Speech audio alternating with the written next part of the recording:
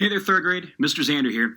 What if I told you that dinosaur fossils that humans uncovered could be over 100 million years old?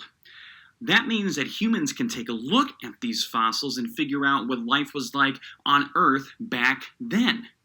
Whoa. What's up? We could study the Earth back then. We could study what habitats were like back then. We could study how animals have changed and evolved since then. That's pretty cool. Yep. Let's go. Signs of past life are called fossils, and typically these fossils aren't actually the real bone or animal part. It's usually just a rock in the shape of the animal part. Now, we've talked about this before with plants. Roll the film. However, the imprint of the plant will remain in the mud and harden. And over time, the mud hardens and forms into a rock. Open that rock up millions of years later, and boom, the imprint is still visible. This is a fossil. You see, as time goes on, these bones or parts get buried in soil and time wears away the bone.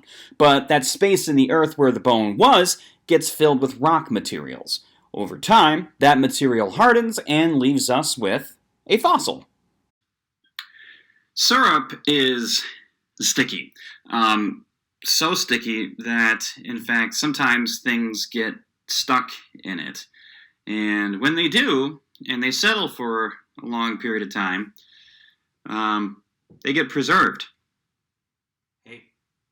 What? Are you gonna eat that? You want to eat the syrup? A little bit. Yeah. Is that? I have to go wash my hands.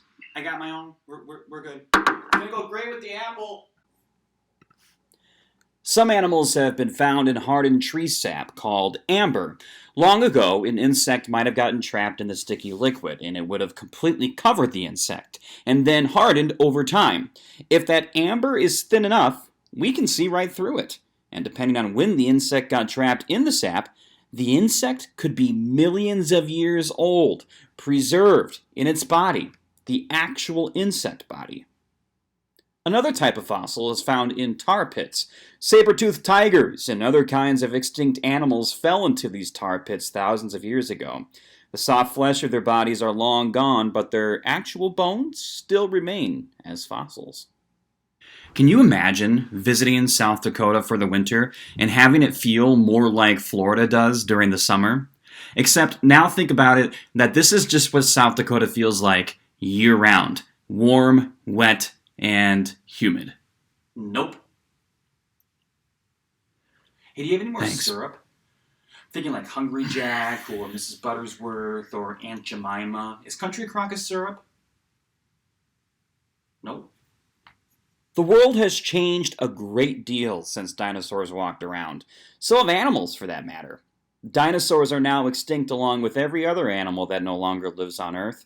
Their habitats have changed too.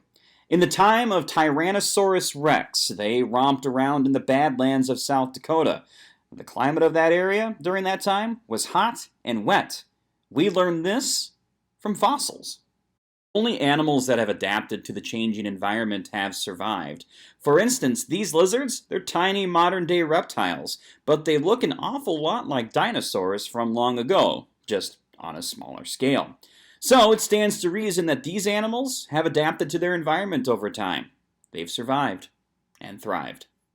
Well, third grade, that'll do it for our animal unit. Thanks for stopping by.